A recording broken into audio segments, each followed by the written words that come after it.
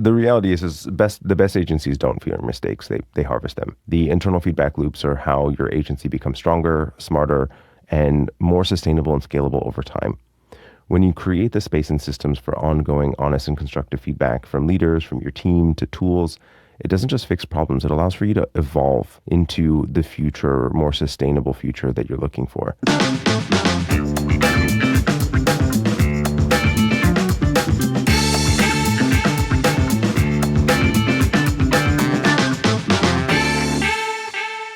Hey everyone, welcome to the show. The thing I wanted to talk to you about today is if you really want to build a high-performing, resilient agency, speed and accuracy of internal feedback loops is everything. So most mistakes really are not fatal. What is though, is if you're not learning from them and you're not leveraging those mistakes, those issues that are coming up every single day. So in this episode, Darren and I want to unpack how agencies can use feedback loops as a way to make better decisions, optimize your processes, and get stronger with every single client engagement. So from leadership to the frontline team members that are talking with clients every single day, real-time feedback is the system that keeps your agency sharp. So let's talk first to begin with of how to think about structured feedback loops in the right way, and like when is it useful, how is it useful, and kind of what really fully goes into it. To me, a feedback loop is a structured way so that you can actually gain insight. And so there's multiple different stages throughout an engagement, right? Because like you don't need to be interrupted with feedback. It needs to be done in a proactive way that someone is actually able to sit down and actually process it. So it's where I see feedback being really useful is starting at the beginning of the SOW. So before the actual contract or proposals shared with the client. So what does that actually look like? Making sure that you have internal stakeholders having some impact or feedback at that point. Then you have some conversation around what's going on with a project during the launch. You can call it a pre-mortem, you can call it a project launch, what have you. And then at specific intervals throughout the engagement. So typically where I see a lot of collaboration, even happening right at the beginning of an engagement. So you have the first, 10 to 20%, and then again, sort of around the middle, and then again, towards the end. And then finally, again, at project wrap. The thing that's really useful here is how can you take what's going on and put it in the context of the work that you're actually doing, the way that you're communicating with each other, and what's actually going on within an engagement. So I'm talking purely with deliverable work right now is exactly how do you go about structuring the way that you're communicating internally, allowing for you to be able to get the right context that you need in that given moment. What I see very often is that agencies are not really treating feedback as something that they should react to or do something with. It's something that is, okay, that's nice, I see your point, whatever, but it doesn't actually allow for it to be happening on a repetitive basis. And it also does not allow for it to actually be implemented and institutionalized. So the way that I like to look at things is if you have something happening over and over again with the same type of engagement, the same type of work, that becomes a trend, and then a trend needs to be adjusted and you need to be taking that into account. Now, if it is something that is big enough, then you also need to react to that and make sure that you're utilizing that appropriately, but updating your systems and processes to allow for you to be able to do that. The tighter that you go about the way that you expect feedback and the faster that you're able to evolve throughout your client engagements allows things to be a lot better. Yeah, and I would say that feedback is not just kind of a thing you do as a checkbox as well, right? You're saying like, yes, having the feedback is great, but actually implementing it is going to be what moves your agency faster, evolves it better. I also think that feedback just doesn't need to be from the top down as well, right? Because I often see this a lot. The people who are actually doing the work, the ones that are in it 8 hours a day, they have the most visibility into what is actually necessary for things to be a success. So being able to have a system, being able to basically empower them to be able to give feedback throughout the team and understand that their feedback is noted, it is heard, it is something that's going to be actioned upon, because nobody likes to just give feedback like, oh yeah, we should do this.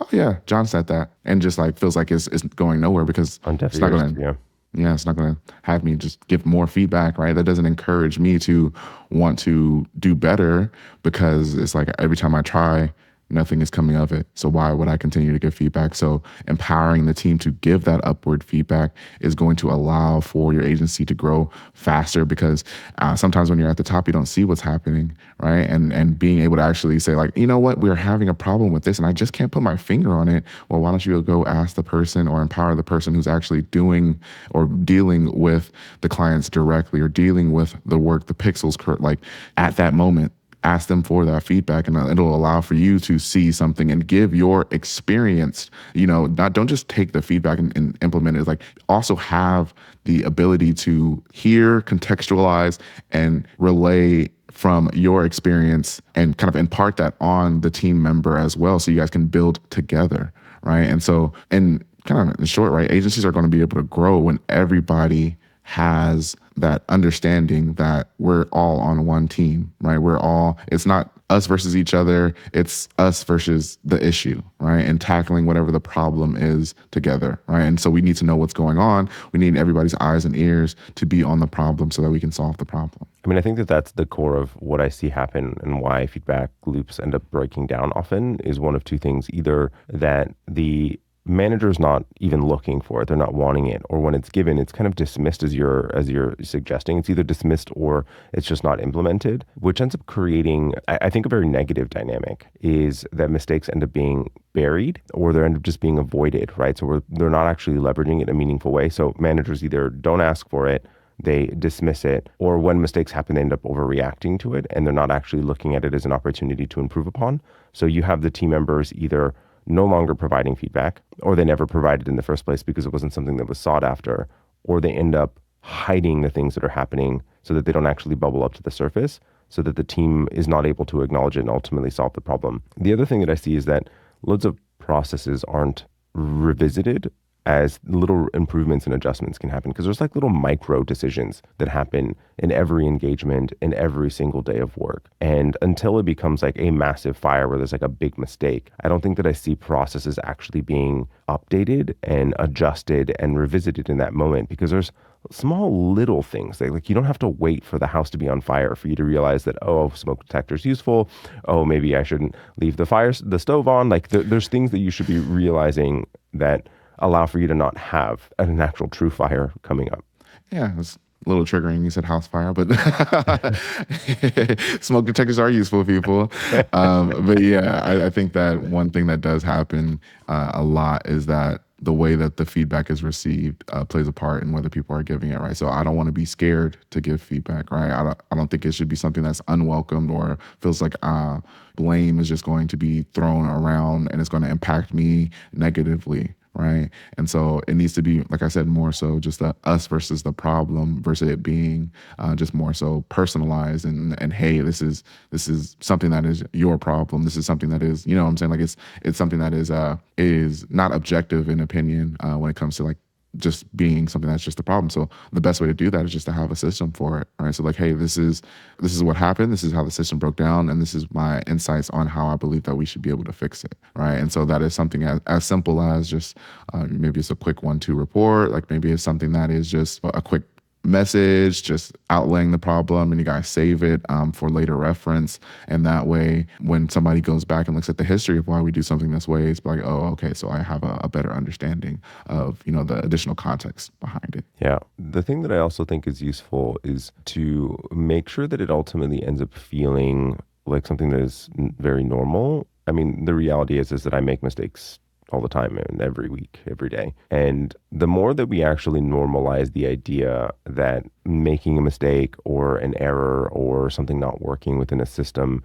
that it's actually just part of the improvement trajectory, really. And some things that I typically suggest in institutionalizing these feedback loops and process improvements is like either you can call it an error log, a mistake sheet with like whatever you call it, process improvement documentation, whatever you want to call it, doesn't matter, brand it however you want. But ultimately it's a step-by-step process by which someone can actually evaluate what went wrong. So what actually took place, and then what is the actual implication to the agency or to the client. And so here's what the actual problem is. Here's the core of the problem, right? So you've got the superficial reason and then you've got the actual reason.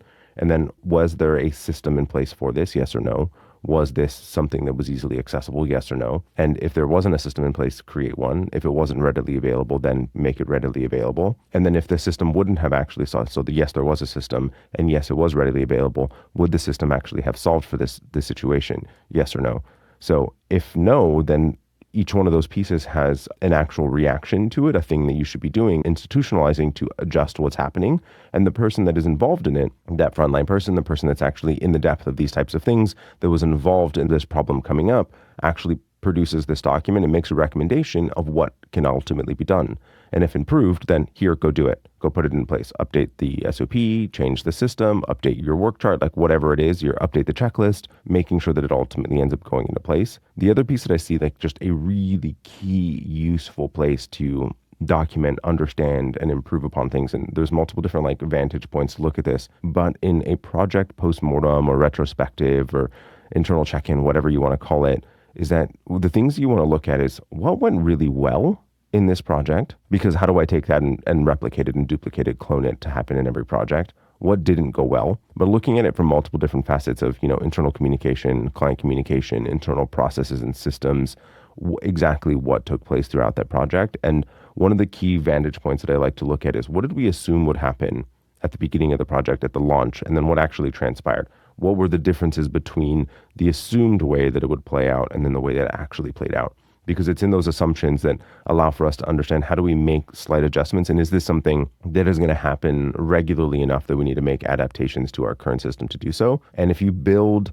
your feedback loops into the operations like a feature of it and don't treat it like something that's nice to have, it actually allows for you to like meaningfully improve step by step throughout every single day, every single week, every single month. Yeah, really just having it be something that is celebrated as well as going to be something that is going to, like I said, push your agency in the right direction, right? And so just have a cadence for it as well, right? So just a manager and team, just have space for a one-on-one kind of catch up, just giving feedback to each other, and just more so on like, hey, how do we do on these things? Do you feel like we could have done better? Is there anything, right? Because sometimes nothing goes wrong, right? And that's the and like that's cool, but like I still feel like there's always room for improvement, right? And so even when nothing goes wrong, there's still an opportunity to say like, you know what, like we did great on this, we killed this, but like I think that we could have made it a little bit better if we did this, and maybe we try this next time, right? And maybe that's the thing that messes it up. Like, okay, next time we don't touch that, right? So just those are the bumps and bruises you get with experience, right? So just the more that you go through processes, the more that you do, you're gonna have these more mistakes, right? And one thing that we typically say is like, we are able to help you get there faster because we've made all of those mistakes. So we know where all the skeletons are hidden in the agency world closet. And so we can tell you like, hey, stay away from there, go here, do this. Like, you don't have to go ahead and get all the bumps and bruises. Like, you have the ability to learn from all the previous mistakes of somebody beforehand. So having that log is great. Like, just having that built up experience is what is going to continue to allow your agency to be on that next tier, that next level, right? Because realistically, right, the difference between somebody who's like a rookie and somebody who's a pro is just that experience. Like, I know what not to do here, and so I can focus on the things to do, right? And so it's like I can improve in these different areas, right? And so just having that weekly, that catch up, that everything is going to allow for that conversation, really just allowing for that conversation to flow and just building that into the company is just going to be what allows you guys to continue to grow, right? And then as well, I'm really big on team empowerment. So just allowing the teams like, oh, you found the problems? Like, okay, cool, great. What would you recommend? Like, go ahead and be the person who leads that, right? And so I think that does a lot of things for team morale as well, right? So it's like the company really trusts me to make sure I'm getting things done, and they see me getting these things done. So it feels and it is a great representation of me being all in, and me being somebody who has care and love for stewarding the company to this next level, right? And so that's going to be great for my career advancement. It's going to be great for the company overall, right? And it's going to be great because if I'm doing it and you guys are seeing me as a leader, then it's going to have that ripple effect on the rest of my team, right? And so it's just going to continue to breed that great team member and team members after me, right? The thing that I also think it's important is to recognize that with that, right? Like, if you're taking feedback from every single person on the team, it's not this like top-down structure that there's two pieces. One, I think that the recognition that this isn't like some kind of like company disobedience, but it's actually meant to actually show the care for the organization, for the systems. But it's also a way for someone to like deposit a piece of themselves into the organization as well. And the more that you see someone taking ownership of what's going on within the day-to-day work, the more that they're actually going to own it, the more that they actually they have now committed a piece of themselves to the system, to the process, to the organization, which makes them just more committed to the work that they're doing. And the more that you start to normalize a culture where feedback equals care and it's not criticism, it's not meant to harm someone, then it's actually there as a component of being able to improve upon what we're currently doing. It allows for each person, I think, to see themselves within the actual flow of work that is being done versus like I am being told what to do, so I'm just actioning step by step of what needs to happen. And it just changes the narrative across the entire organization, but especially it changes the narrative inside each person's own head. Yeah. And I think that one thing that does get kind of murky or with like some managers is that they see it as a threat, right? They see it as like, oh, like you're criticizing me. Oh, you're criticizing how we're getting these things done, right? And so it's like, you need to understand that feedback isn't just a tool for criticism, right? It's a tool to help you guys get better, right? And as well, one thing that I had to learn as a manager and can continue to learn like every single day is like, you're not really judged on your work alone, right? You're judged on your team's output, right? And so making sure that your team is involved, making sure that your team is putting together successful SOWs or successful work, right? And just improving upon that, right? And so it's not just a you thing anymore. It's more so you're the steward of whatever team you're in charge of. And so if your team is behind you, giving you feedback of like, hey, we're doing good here, or hey, this is where we can improve, you can see that as an opportunity to step your game up of like, okay, cool. So like when my team is involved and I can get them to that next level, then me as a manager, I look great because like I'm leading this world-class team, right? And if there's somebody in the team that needs to be elevated and you see them, like don't see that as something that's like a knock to you, that just means you breed great leaders. Like, you know what I'm saying? So it's like you're doing even better as a manager because you're able to have these people come under you and allow for them to, you know, take charge of those like feedback projects, right? And you can let them shine, right? And so the thing that I would think of as somebody who's the owner or somebody who's like the executive tier is like, oh, everybody that comes out of Robert's team is just phenomenal, right? And when I want to, you know, see or have special things done, I know that Robert's team is going to get that done. And so it's just going to shine brightly on you because I have this glowing image of your team being able to execute better. And people maybe wonder, like, why are you executing better? It's like, well, I listen to my team and I'm able to do such and such because, you know, we have built that rapport that how can we get the best out of each other kind of work mentality is going to allow for you guys to be great overall. The only question I have is, who's this Robert guy? Because he sounds pretty awesome. You know, the reality is the best agencies don't fear mistakes. They harvest them. The internal feedback loops are how your agency becomes stronger, smarter, and more sustainable and scalable over time.